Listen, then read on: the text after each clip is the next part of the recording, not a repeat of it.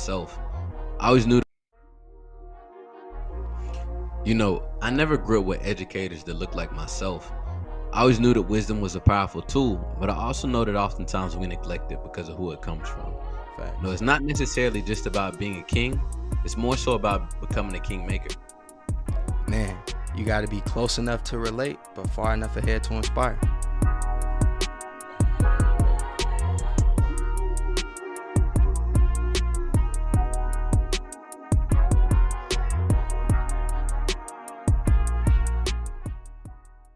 What's going on, beautiful people? This is the Let's Grow Together podcast, the place where diverse individuals and communities come to serve, connect, and grow in the areas that they're most passionate about. This your boy James. I'm joined with my brother Marcus as always. Marcus, brother, how you doing today? Oh, it's swell, man. Is it Tuesday? Boy, all these days just blend together at this point in time, man. Facts. Time is flying, but working to be present in the midst of it. I'm well, bro. No huge updates, man. Just the normal, getting to it, staying productive, staying busy. What's up with you, bro? What's new with you? Man, bro, man, living the dream. You already know how it is, man. I joined a fitness challenge with some of my colleagues, man. It's the easy money, bro. Easy money. It's a step challenge. So I'm like, bro, I'm averaging 9,000, 10,000 steps a day, easy. Uh, Okay. so I'm like, this easy money, man. So I'm excited just to compete, man.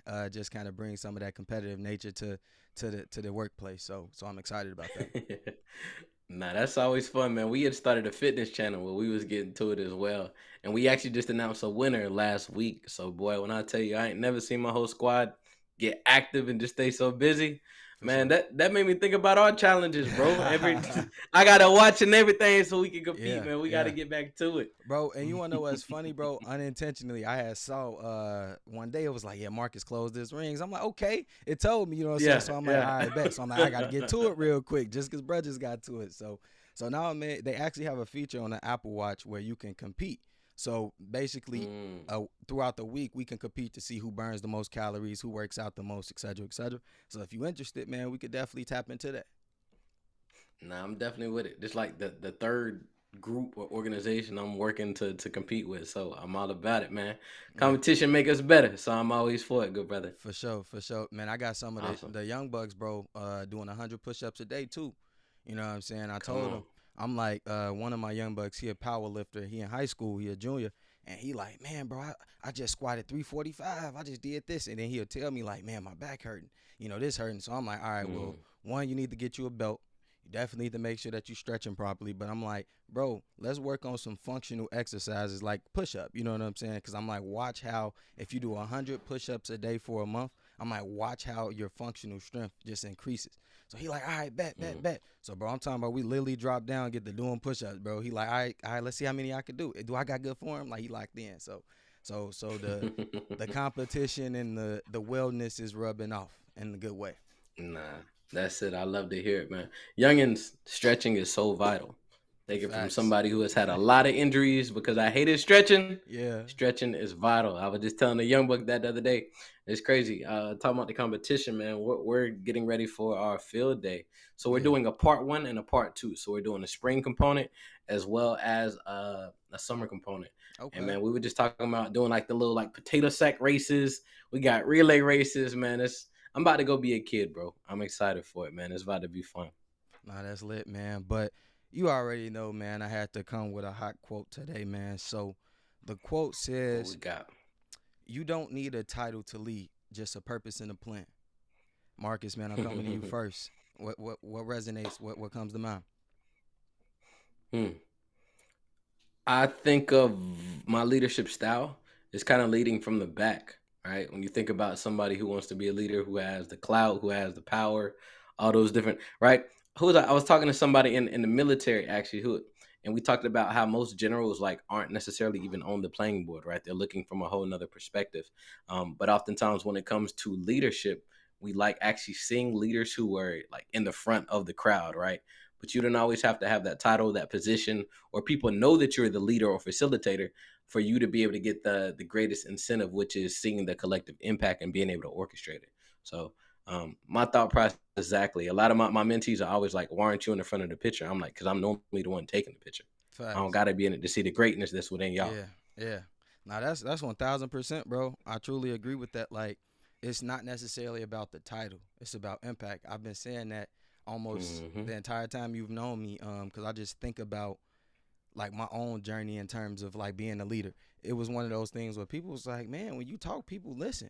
I'm like, man, I just be keeping it real. Like that was always Yeah. my approach, bro. I was like, man, Hmm. you could say anything about me. Like he's short, he dirty. Because I was a bummy kid, but I'm like, but I'm real though, And so people Hmm. gravitated towards that. So for me, again, it's not about the title. It's just somebody with a plan and a purpose. Nah, I love that, man. I'm interested to know what our guest got to say. I know he has a little bit of a unique perspective due to his life experience as well. So, Shakim, can you join me here, brother, and give us a little bit of thought on How y'all what does doing this today? mean to you? All is So I'm well, gonna brother. read it again. You don't need a title to lead, just a purpose and a plan.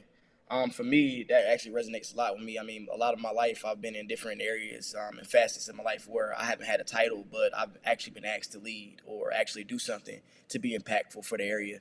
And I think also with just creating Trace Sites, which is my nonprofit I created, I didn't have a title. A lot of people's asking me, did I go to college? What was I doing in the area?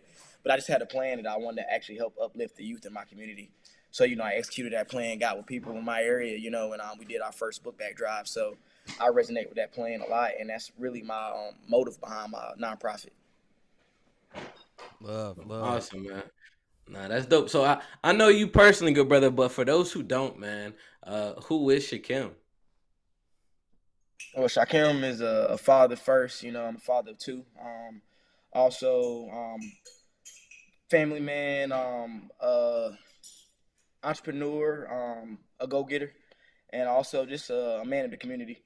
I've actually spent the last pretty much half of my life just trying to uplift people around me and my neighborhood. I went to school in Fayetteville, North Carolina, in Douglasburg, which, if you know about Fayetteville and you know about Douglasburg, it's one of the worst schools in Fayetteville. Yeah. So, just going in that community, being born in that area, I just wanted to be impactful. I was around a lot of kids who just kind of grew up in bad areas and bad environments, and I've always just wanted to be somebody that can help people and show them a way out of those bad environments. That's Nah, love. that's love. That's so. Where did that sense of community come from, though? Can we talk a little bit about where that originally came from, or what sparked that? Well, I can say, man, if you know me, I love history. So, man, I've been a reader my whole life, and I love Booker T. Washington. I love Malcolm X, and Carter G. Woodson are three of my favorite. And just seeing how they overcame slavery and different obstacles to, actually help their community, kind of always motivated me. So, as I grew, I just kind of always wanted to like make my ancestors proud and continue to, push on and actually motivate others. Man, you said you went to one of the worst high schools in Fayetteville, North Carolina, but somehow you still found a passion to like read and get into books. Who was pushing you to like pursue education rather than, going to the streets and what was happening around you? Because I think about, again, going back to the quote, right? Like you don't need a title to lead. You just need a purpose and a plan. So I thought about myself like, man, people just listen to you, people gravitate to you, right? So like what inspired you to go a different path compared to those other people? Man, I think that's a great question. And it's actually crazy. Sometimes in life they say somebody inspires you be like the complete opposite. One Like they thousand teach you this. percent. Yeah, Yeah. So my yeah. uncle actually, and God forbid, I hope he see this. He know I'm being respectful in every way with Yeah. this. But my uncle was kind of straightforward. He was doing his own thing, and he didn't want me to kind of follow that path. And he was always proud of pushing me to be smart, and do something different. Yeah. He was always honest to show me the other side of what a lot of people thought was cool or the streets or whatever you want to call it. Mhm. So I can say my uncles, and I got another uncle too who actually is a little bit more like me, and he motivated me just to be continue to be like him and understand that being a smart guy and reading books in school like that, you ain't cool. People Yeah. try to pick on you. So Mhm. I think overcoming that and learning who you are and being secure in yourself is very important. And for any of the kids listening to this right now, you can read books and still be cool. You Facts. can be intelligent and be in what honor club, whatever you want to be in, and still be cool and still be you. So I think my uncles kind of just instilled in me that who is Shakim? Be proud of Shakim. Don't try to be like Yeah. nobody else. Yeah. Man, Hmm. I got a term for that, bro. I call them reverse mentors. Like literally people that I Okay, I see like that. and I don't want to be like and so man, they a mentor, but they the reverse. Like I see what you doing, I'm going the other 100%. way. I'm going the other Yep, way. I agree, Yeah. bro. I like. You can everybody you come across should influence you in some form or fashion if you're taking note, right? You can learn something from the most naive person in the room. You can learn something from the wisest person in the room as well too. And just shouting you out, bro. That's one thing I always admired. Like Shakim was the smartest thug I ever met, bro. Like real talk. Like Yeah. Shakim would come in the room, use the biggest word, and then go out there and post up in the trenches. And I'm like, bro, like you are you are extremely versatile, and I definitely always admire that as well, bro. But you also had a sense of confidence where, again, a lot of people, to your point, aren't really comfortable dabbling in both realms. But the fact that you knew who you were, you knew you were smart, but you also knew where you came from, right, in the community, and how to be in alignment with everybody at that point in time, but still stay true to you, bro. And that's one thing I definitely admire. I want to talk Thank a you, little bro. bit about, yeah, nah, all love, man. I want to talk a little bit about now how you embody that same mentality, but from a fatherhood perspective, right? I know you got the little one. I know you mentioned you got two of the little ones as well. How are you going about instilling that same mentality within them as well?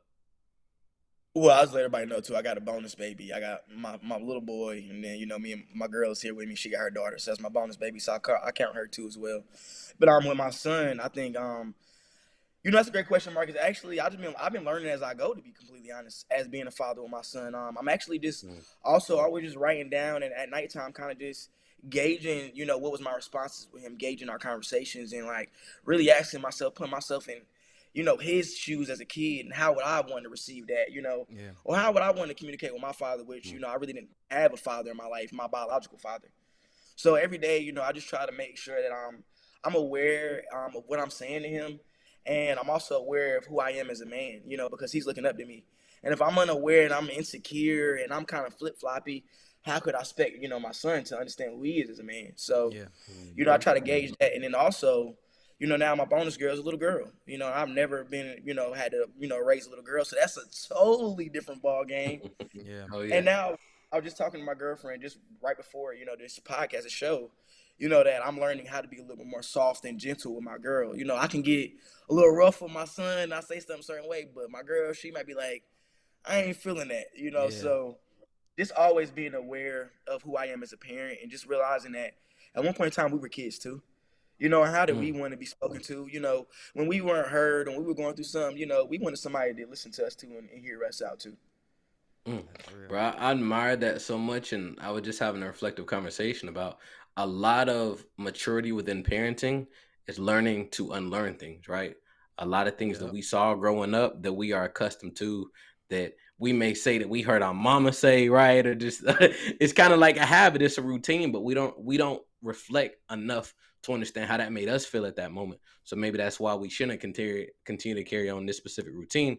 Just because we heard it and we become accustomed to it does not mean that it was always right.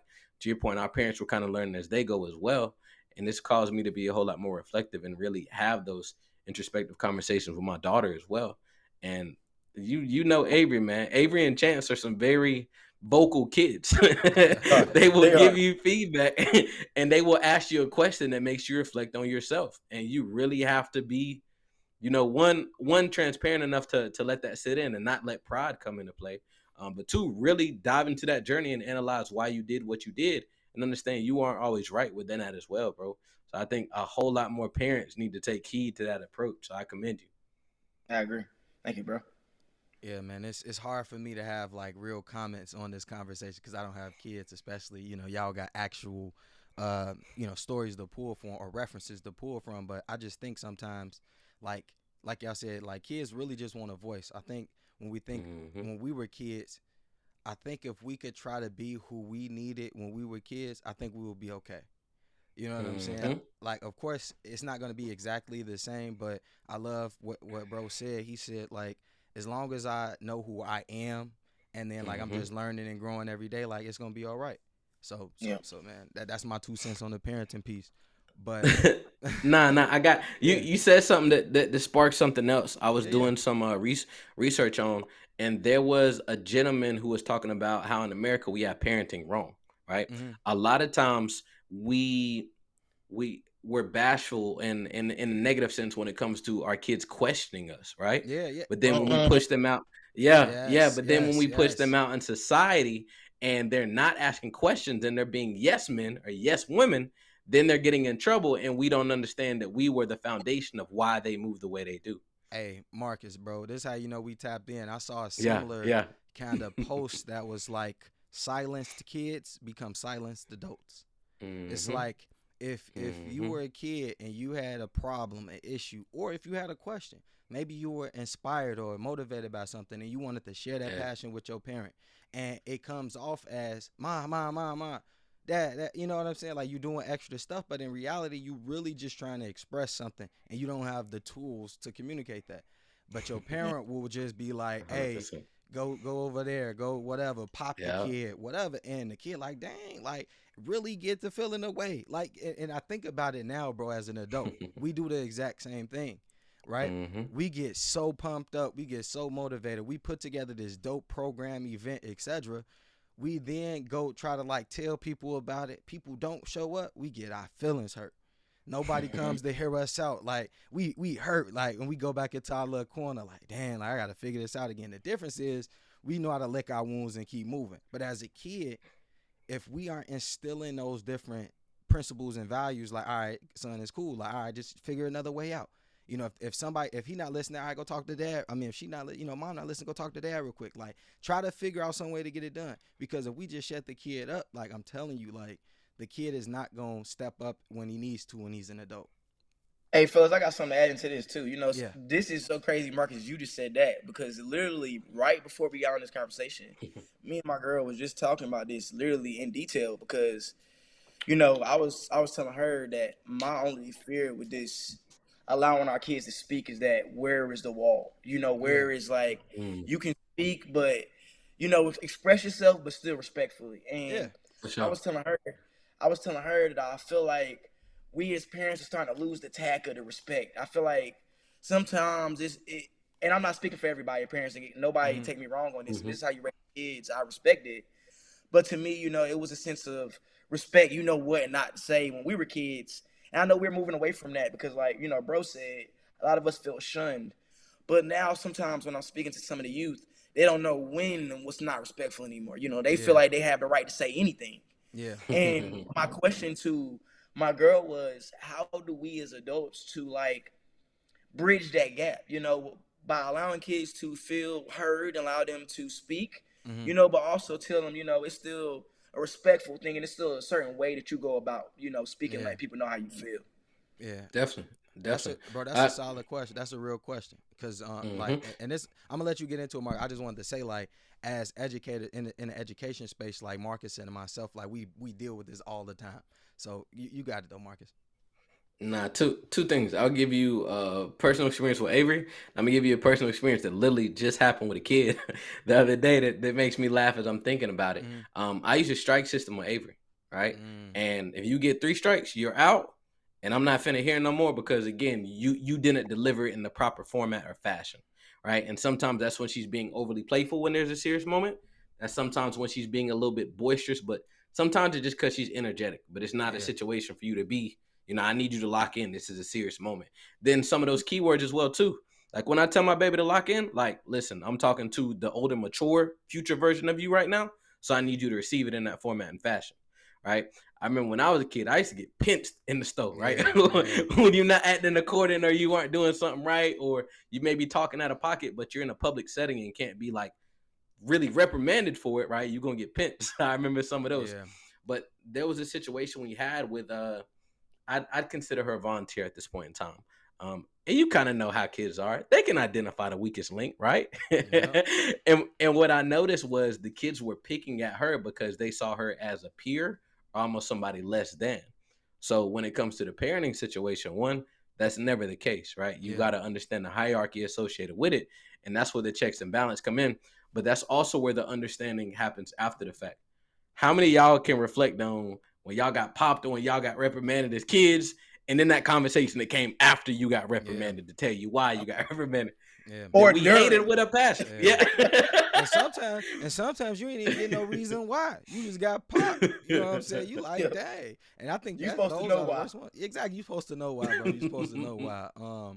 And I have to give grace to parents out there because I Mhm. also have to realize that they're human too. Like they going through Yeah. things that kids Yeah. don't understand. Like we know this. Kids got one track mind. You know what I'm saying? So Mhm. we got to give some grace to the parents too. But I think Marcus, what you were saying is like we had consequences for our actions, whether it was getting popped, getting pinched, getting put in a corner, like whatever it is, there was some type of consequence. I feel as though like these kids, they don't have as much of a consequence for like disrespect. Because like I Mhm. work in a space where there's elders that's there, there's young people. Now I consider myself big bro. You know, they got the scale as YNs, big bro, all that. So I'm big bro, right?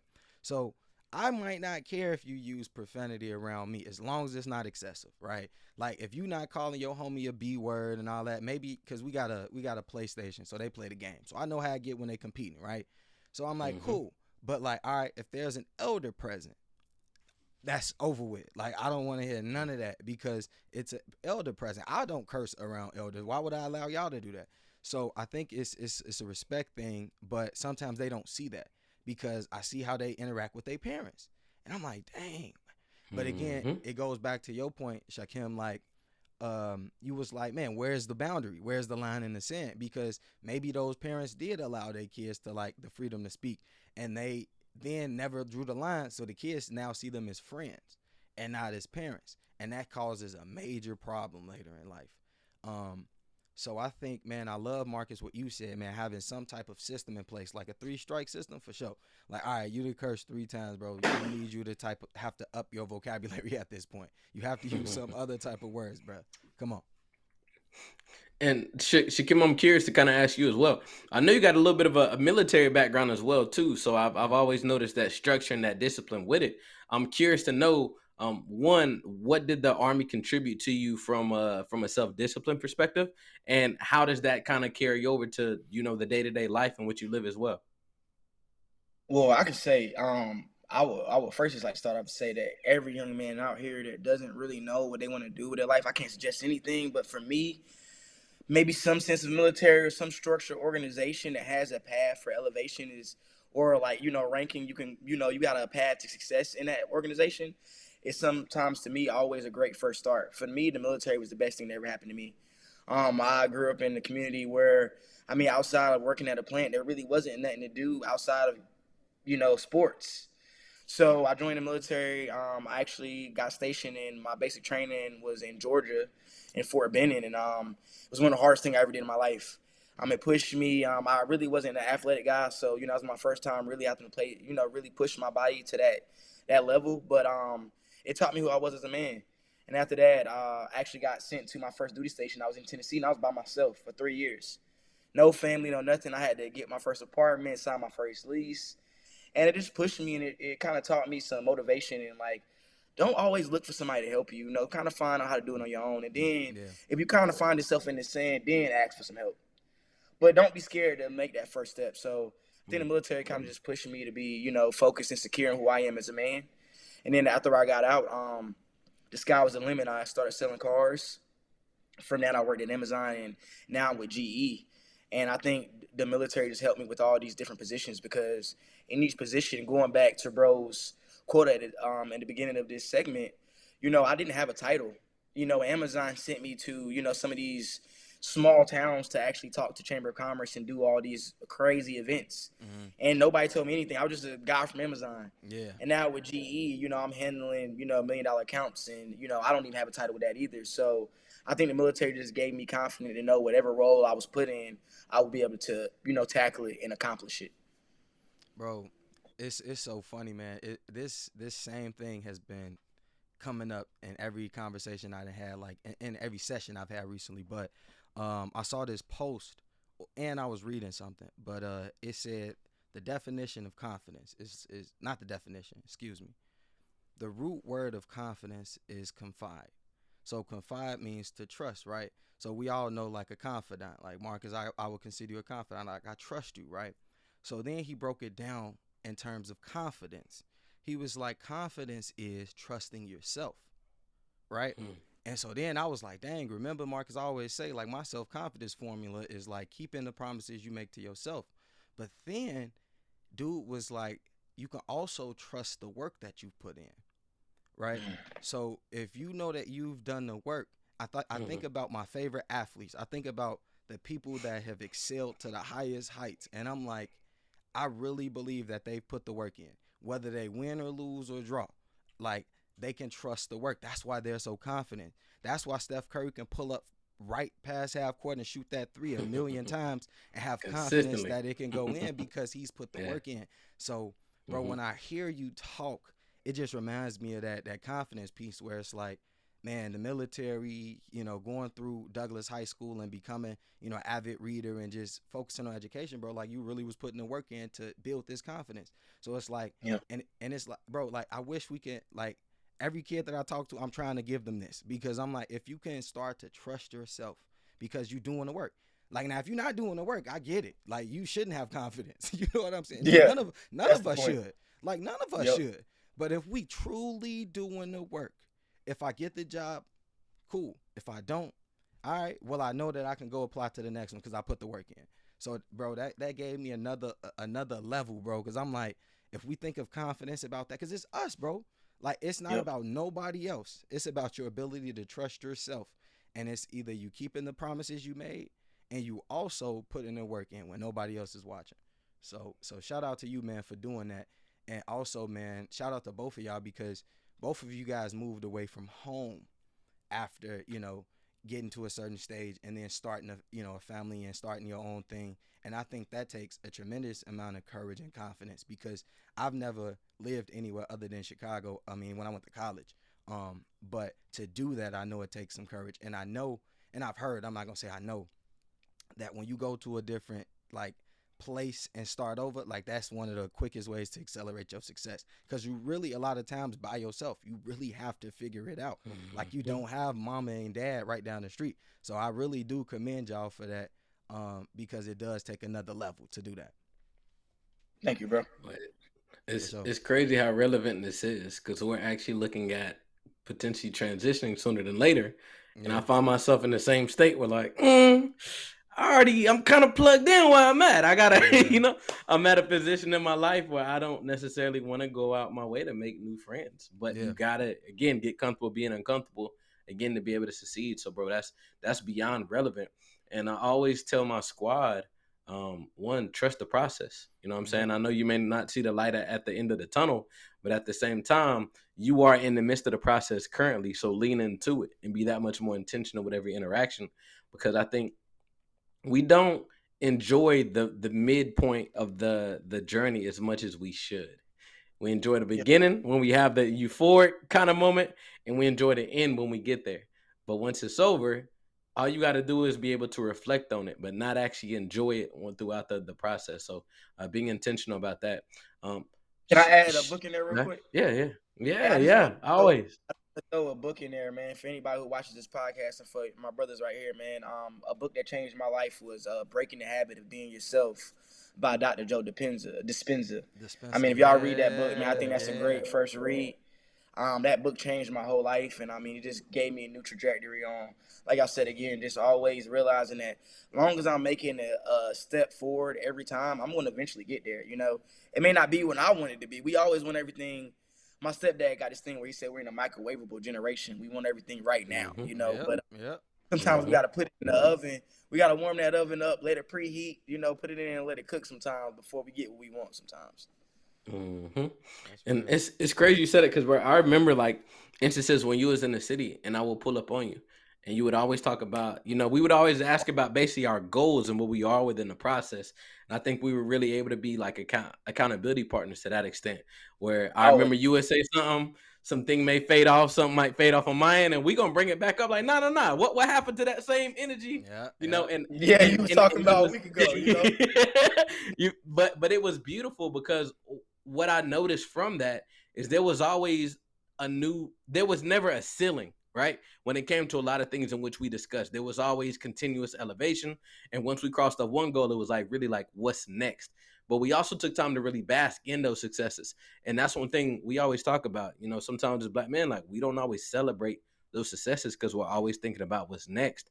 But Mm-hmm. being able to have a village to be able to do that with, and oftentimes it don't even got to be a village. It might be a line segment, right? It may be you and another counterpart. And I just think it's vital to have somebody outside of the immediate household and what you're gauging with to be able to celebrate some of those wins with as well too. Because oftentimes we don't want to come off as cocky. We want to be humble. Shit, sometimes you the shit. You know what I'm saying? And sometimes you invested this time and energy, so it's worth being able to turn up with your peoples for it, man. So again, appreciate that relationship. But as I segue into that a little bit, I would like for you to give a little bit of insight in regard to some of the football Sundays, bro. What did that consist of for you, and how is that a recharging element for yourself as well?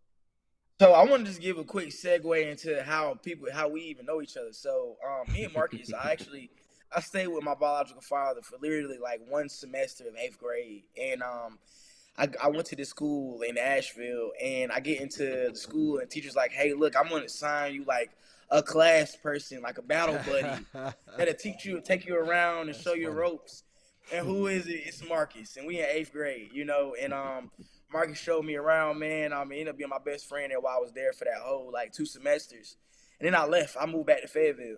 I didn't see Marcus. I didn't see no talk to anybody from that school for almost about 5, 6 years. And then randomly, I don't even know how we ended up linking up. I think it was like social media or something. But Marcus hit me up one day. He's like, man, I'm in Fayetteville State. I'm like, what? So at the time I was in the Army, so I wasn't there, so I didn't get to see him. And eventually we ended up linking back up. And but he had already had a nonprofit, and I wanted to start a nonprofit. So he pretty much put me under his wing. He showed me how to start my nonprofit. He introduced me to pretty much everybody in Fayetteville, and he pretty much helped me start my nonprofit. And from there, he introduced me to a group of men, which I always wanted to be in a part of, because it felt like for me being in an environment that I came from, it was hard to find positive black men wanting to talk about positive things. So he introduced me to a group of college educated black men, and we started doing football Sundays. Okay. So every Sunday, somebody had to host it at their house. We would bring snacks, whatever you needed to bring, and we would all just come together and kind of talk about what happened throughout the week. And for me, it was what was needed at the end of the week, after Sunday, after having a long week, getting to link up with my brothers and just have a great conversations and unpack was everything for me. And now, man, now I'm moving away. I feel sad, man, because we really carried that for almost about 2 seasons. We was doing Yeah. that, and Yeah. every year we were consistent with it, even having a group chat. Yeah. Yeah. Now that's lit. I kind of remember Marcus mentioning that. I kind of remember him mentioning that. So that's love, man. I actually know he was doing that. Um, Yep. but I love to kind of hear a little bit because you talked about your military experience. I would love to know how that translated to your role. And one, you talked about selling cars, but also in the role that you have now. Like what tools did the military teach you that you're able to take into that job now? Well, I'll let a lot of people know too. I got a logistical background. So when I Okay. originally joined, I was a unit supply specialist. First of all, the military just taught us being on time and taught us about never. My commander's one of his things was like never bring me a no. I always have an yes. I always have a yes. I always have an answer. Even if it ain't the best answer, I always know something. So I think that was a start. And the military always kind of keeps you busy. Like, a lot of my Mm, commanders were in the military. They were going to school. They were leading. Some they were playing basketball. So it was kind of always pushing you to take on a new job or take on a new role and never be okay with just the status quo. So I transitioned that, and actually one of my first jobs when I was in supply was I actually had to go and talk to different supply guys around the whole post. And in the Army, if you know about the Army's huge. So it's not like it's all friendly. It's like if you go to some area, they may be like, get out of here. So that was my first actually like knowing how to deal with people and people interactions. So I actually took that skill and actually meshed that with selling cars. I got out of the military, and I actually worked for my uncle. He's actually a Marine veteran, and he actually started his own car lot. And in our first year, we were able to sell 100 cars in Fayetteville, which is almost insane for a small car lot. So yeah. I took all the military skills of just not being scared, just taking ownership, and never taking a no, and always trying to look for a yes. And now I'm currently working with GE, and I'm actually doing logistical routing now. So we actually work with different partners across the globe, and we actually route packages from Asia to here in America. It's dope. Mhm. I would also add to that, just again, just personally knowing you, just the continuing learning component. I heard you mention again, your sergeants, those who were above you, were always had their hands consistently full doing numerous different things.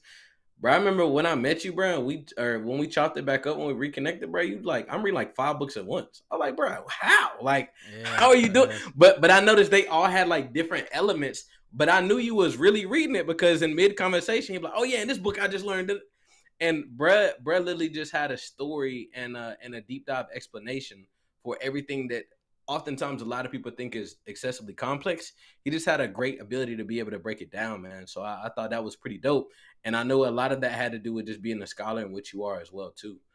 So yeah, that was again just flowers is necessary. Hey, Flowers I is just want to say necessary. Booker T. You know, I just want to shout out Booker T. Washington, man. That's one of actually my favorite historians, my favorite guys. I don't know what period you would attach him to, or how you would describe him, but I know African American leader.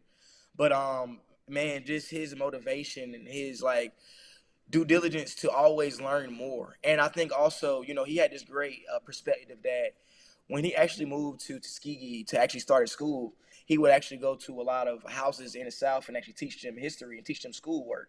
And what he always found crazy was that a lot of black people didn't know how to read time, but they Mm, had clocks.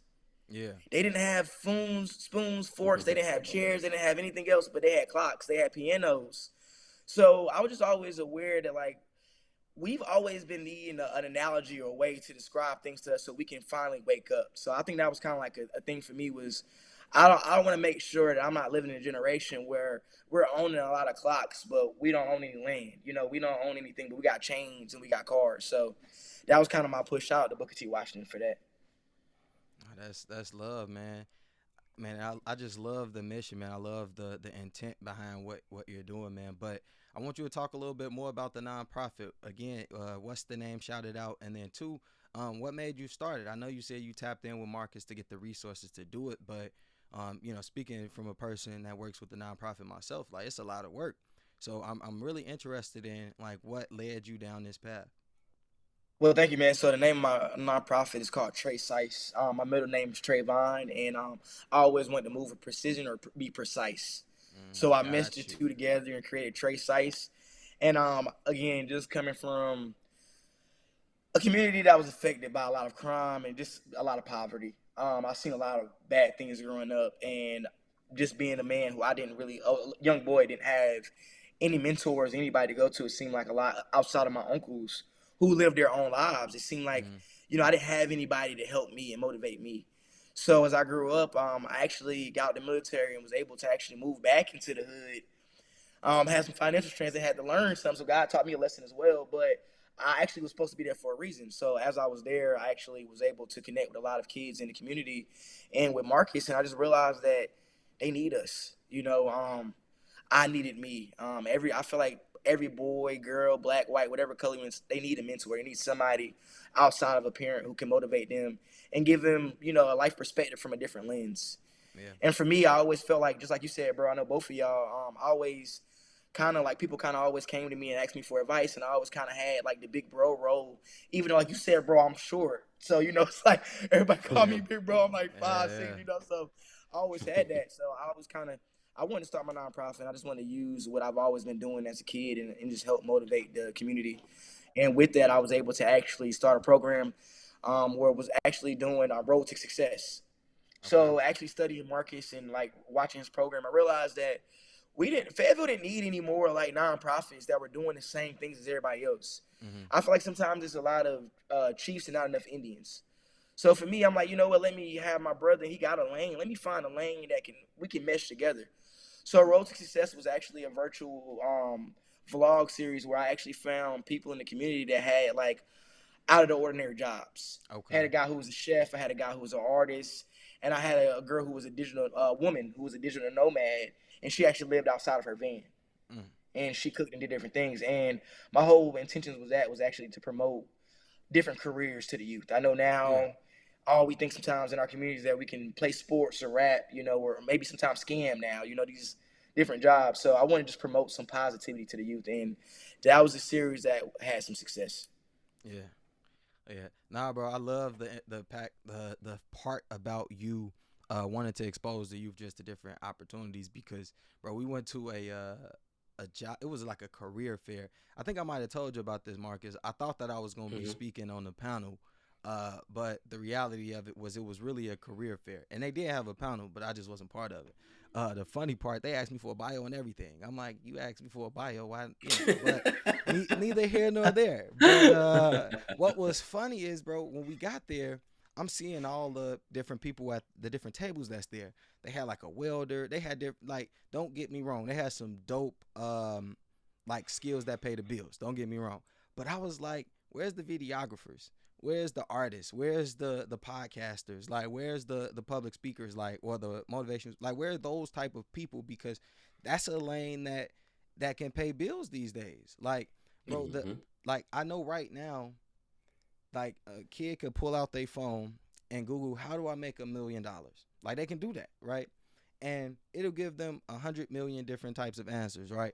But it's so many options that they have. So I'm like, why aren't we giving them like tangible stuff like that? Like out with the old stuff, man. That stuff is dated. A lot of it is dated. Like why not bring in some of these new young people? And like, bro, I would because we did a very similar program. It was called a creative adventure where Fred, Marcus Fred, me and him basically taught some kids how to do basic photography and videography. So the intent was for them to capture a promotional video of one of the advisory boards at my job. But what ended up happening was they just fell in love with taking pictures. That I was like, all right, just focus on taking pictures. And now we have one of them basically helping me with my man's healing circles. Like we got them taking pictures and doing things for that. So I was like, bro, you never know what opportunity is out here, but we keep giving the kids the old stuff when they know it's so much other stuff out here. Hmm. We actually just brought on an intern as a social media coordinator, and we're just gonna Yeah. challenge them with exposing them to a little bit of everything, and actually putting them in position where eventually we want them to be comfortable. We're actually probably gonna donate them a camera as well to actually Okay. have their own to be able to do some things. So, to your point though, I think we just got to be more uh revolutionary kind of with Mm. our thinking, right? Kind of get out of the old way, get into the new, but creating a lane for them, showing them it's cool, but also putting them in a space to do it. I like how you mentioned having a young man actually in the men's circle, because while he's recording, getting content, Yep. he's getting He's context in the getting midst of the game. conversations as well. Yeah. Yeah. And that's the biggest thing with us, man. Like I just talked to the young man earlier today. I'm gonna just introduce myself, but like he's gonna be in a lot of behind closed doors meeting, getting game, getting personal Yeah. development, getting everything associated with it, and that's not even in the job description. But being Yep. able to be on the other end to create the job description is what we need to be able to do more on a consistent basis, bro. Man, what Yeah. you just said is powerful, bro. Um, I can think about all of our like actual jobs, like what we do, the roles that we do. All And the above. you know what I'm saying? And it was just funny to me to think like in the job description, a lot of what we do is not there. But Mm-mm. we fill those gaps with our value. Like I truly Yeah. believe that. Like we fill those gaps with our value. And man, I was just giving my girl some love, man, because I was like a lot of times, like bro, like you said, Shakim, like I just told my girl this before we got on here. I was like, a lot of times, bro. Well, I ain't say bro, but I was like a lot of times, bae, we be doing things like that is forward, like to help whatever company we work for, help our friends, whoever. And I'm like, they might not see it. I was like, for whatever reason, like, cause she got up at 6 this morning, went into work, got busy to do some stuff she needed to do. And I was like, they don't know that you're not a morning person. They don't know that you know what I'm saying? You set 3, 4 alarms to do it, but you made it. And you did a hell of a job at it. So I told my girl, like, man, I see you. You know what I'm saying? I had to let her know that. But I was like, for y'all, man, I know it's work that y'all do that don't go, it goes unseen sometimes. But as we know, we putting that work in, so we know that we gonna get the results. We gonna get the love. We gonna get the affirm, the esteem from somewhere else, even though people ain't giving us that validation. So I see y'all, brothers. I want y'all to know that. Hey, I appreciate that, Salute. bro. And I want to speak on that too. I think it's just important, real quick, Marcus. My bad, I didn't interrupt you. Nah, cause you Just about to go also, exactly where I want to go. I already know it. Yeah, nah, good yeah, stuff. just also just speaking life. Shout out to you, my brother, for just saying that, speaking life into our women. I think Yeah, as Hmm. black men, we're just as a team. Sometimes, we get so wrapped up into our own selves that we don't see our partner trying. And yeah, sometimes it just be, excuse me, sometimes for our women it just be us acknowledging those small things that just motivate them. That's all they be needing sometimes. Yeah. So for everybody, watching this podcast too, just make sure you analyzing your partner and you see them, trying hard, and don't be fake with it. But if you can, give them some motivation too. Let them know you see them trying too, because like you said, sometimes it is hard getting up early in the morning. I think us as men, we're so used to us doing certain things a certain way, and it's not hard for us. So we assume it's like that for everybody. Yeah. But my girl lets me know sometimes too, like, hey, look, this is a little. I'm learning with this one. Maybe it's Yeah. like that for you, but it may not be like this for me. So every time I try to, we all just like you do, bro, with her. We try to make sure we just acknowledge when we're proud of each other, and also always try to be each other's like partner or like teammate. Yeah. Yeah. Yeah. Hmm. We gotta take the blinders off sometime and get off autopilot. Because a lot of times we're moving, we're being so focused on what productivity looks like for us, but some of the things that they do, again, like bro, I walked into the crib, the crib was spotless the other day, and wifey was just going crazy after I took Avery to gymnastics, and I found myself walking directly to my office to hop on the task. But I had to come back, kiss on the forehead, like, babe, like you did your thing, like I appreciate it. And Yeah. again, like that's some people that may be minimal, but like for me, like that's you're taking a burden off my plate. I appreciate you because I was assuming Yeah. I was gonna have to do that. When you get done with homework with Avery, that was gonna be the next thing I Bro, gotta but do. what you want to know what's crazy, Marcus? I can see myself not coming in and not doing that, and then my girl being fake, like upset, and I'm not seeing why she upset. But then I can see me doing it and seeing her like really receiving it, giving me like it's funny because like bro, I would definitely not even think about like oh damn my bad, but I just came in. I knew I had to hop on this call real quick, but then like you said, bro, it take 2 seconds to what I'm saying. It take That's two all. seconds demo real quick. So then shout out to you, Yeah. man. But We that's just real. we gotta get off autopilot and turn our blinders off. I like what you said, Shakim, like really having a team mentality. Like when me and my wife get mad at each other, I let her know, like, babe, I'm not your op, you're not my op, we're on the same team. And it make her mad and it make me mad when she say it, but like it bring us back down to earth as well too. Like we just had a heated debate and ended up cuddling and just being the best of lovers all over again, man. And Yeah. we just found ourselves laughing at the silly debate because we was caught up in our emotions at the moment. Yep. Yeah, man. That's story I of think we all story can of our speak on that as lives. men. Facts. 100%. It's bigger than us though, man. It's collective without a doubt. But man, we done had a lot of conversation kind of go all over the place though, man. But James, I am interested to see kind of what you got for us growth segment wise, man, as we Oh get ready to pivot. yeah, man, for sure. Stormy had some good, man. So basically here I'll read it for you because it might be hard for y'all to see, but uh it says The glasses, bruh. yeah, Let me facts. stop. But the definition of vulnerability, it says the state of being exposed to the possibility of being attacked or harmed, either physically or emotionally. So the gym that Stormy left said, don't be vulnerable, be emotionally open. Because basically, being vulnerable is just the state of being exposed to possibility of harm, of being attacked, either physically or emotionally. I read that crazy, but um, the fact of the matter is, man, it's funny. I always say like vulnerability is strength. But I also can see when you look at the actual definition of it, how that could be misconstrued if you like, man, you really just opening yourself for harm. So don't be vulnerable. Just be emotionally open, be emotionally intelligent. What does this mean to you, Shakim? What do you get out of it? Kind of hearing this specific gym. I love what bro said. I mean, I feel like that was like literally what I was gonna say. But I mean, again, going back into that point, yeah, I used to think vulnerability was a good thing too, but I think a lot of times we don't understand definitions to the exact T. Sometimes we try to like change definitions to make what we wanted to make or mean. But again, I definitely think don't be vulnerable, but being emotionally intelligent and being emotionally open is being able to. I think for me, just a prime example, sometimes when I'm talking to my partner, I was taught to be a man. Don't show your emotions. Just be tough, and if you're bothered, just let it go. And lately, I've been emotionally vulnerable where I've been allowed to tell my partner, hey, look, that bothered me. Or, hey, look, I'm having a bad day.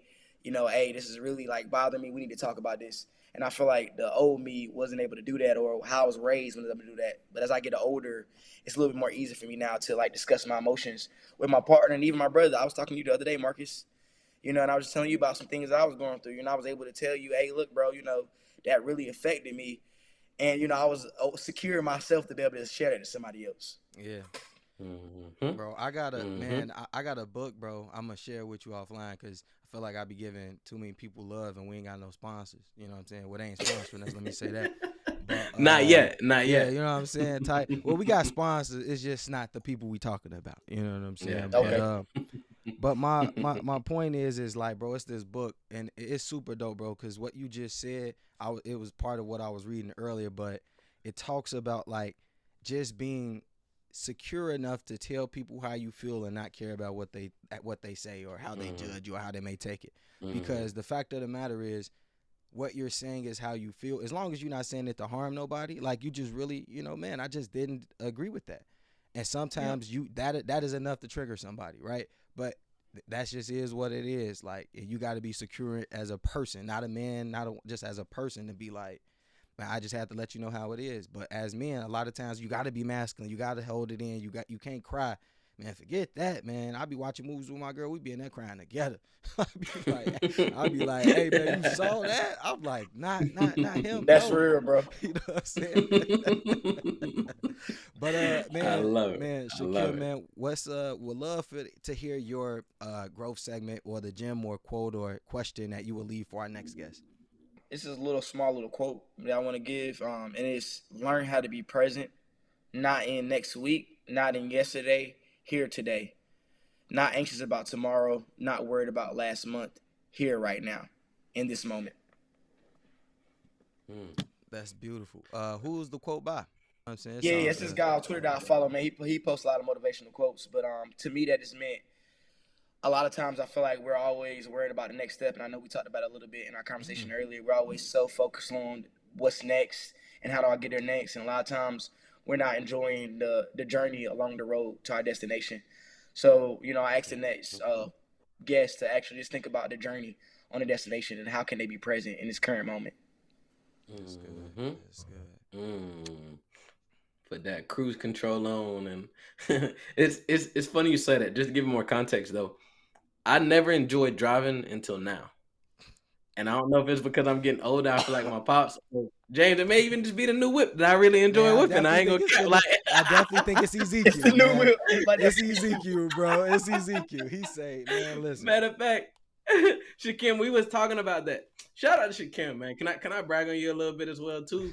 You Hey, know go what I'm ahead, saying? bro. Hey, bro, so I love it because when I bought my whip, again, bro, we talk about it. Sometimes like humble bragging, right? But there's certain people we're comfortable sharing certain insight with Yeah, because we know they're not going to hear it from a place of compare and contrast, right? yeah, yeah. So again, I was excited about the whip. I'm like, man, I done got my Yeah. baby. I'm good. I called up my dog. My dog like, man, what you got going on? What's the updates? I let him know about the whip. He like, word, me too. I just caught something. I said, what you just caught? My boy got him an Alfa Romero. I said, let's go. I was so hyped for my dog, but again, just the Yeah. mutual exchange of energy and generally being excited and happy for each other. Man, and we were just talking about how much we literally enjoy driving. Our partner Yeah. would be like, "Yo, we trying to go somewhere." We like, "Cool, I got the keys. Let's get it." Like, Yep. well, before that was not That's the case. Hey, funniest I'm ever. mentally proud for you too, my brother. Like you said, when you called me, it was just like I know everybody who read this podcast. If you got a brother, if you got somebody out here that you call and when you get on the phone with them, it just feel like man, like a childhood best friend. Every time I get on the phone with my dog, Marcus, is how it is. And in that moment, we had just both bought cars, and like he said, I had been like driving lately, and now my girl asked me to go anywhere. I'm like, yep, let me go. I'm driving. I'm ready to go to That's the store. hilarious. So yeah, That man, I'm just glad I is got to share that hilarious. moment with my brother. Man. Man, shout out to y'all, man. I ain't got no new whip, man. I'm driving the old thing that I own right now, man. But it's Hey all good. man, you good, bro? Hey, that thing paid off. You know what I'm saying? Yep. That's all that You matters. know what I'm That's saying? all that All matters. that, man. That's a humble brag too. You know what I'm saying? Yeah.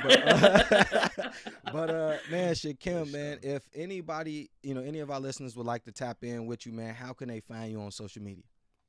Yeah, so they can go to my nonprofit page, which is Trey Sice. It's on Instagram. They can also follow me on Facebook too at Trey Sice. And then if they have any information, if they want to reach out to me, they can email me at treysice@gmail.com. For sure, man. But we truly appreciate you, man, coming, blessing the pod, telling your story, man, and really just kicking it. This was one of my favorite episodes because it was really just like some homies on the phone just chopping it up. And I think Yep. those are the best ones, man. The real organic, authentic one. But man, For shout out sure. to you, man. For all the things that you're doing for the community, bro. the father that you are to your kids, and then of course the partner you are to your girl, man. You doing tremendous things, man. And I'm gonna speak for myself. I can't speak for Marcus, man, but I truly appreciate the work you're doing, man. I had a good time today. Can I respond to that, Marcus? Or you gonna go first? How does that go? Nah, you got it. It's all you. It's all Okay, I you, ain't bro. gonna Nah, you all good. Hey, bro, I just want to say, first of all, shout out to you. I heard about Chicago my whole life. I think the work that you're doing there in that community, man, like, and I know, I mean, I'm not from there, so maybe they say it's dangerous, but I feel like it's dangerous. So the work that you put in every day, my brother, I really, truly appreciate you. I feel like every day I look forward to speaking to other men that are on a journey and doing the same thing to uplift the community. So, my brother, also to you, shout out to you for this podcast.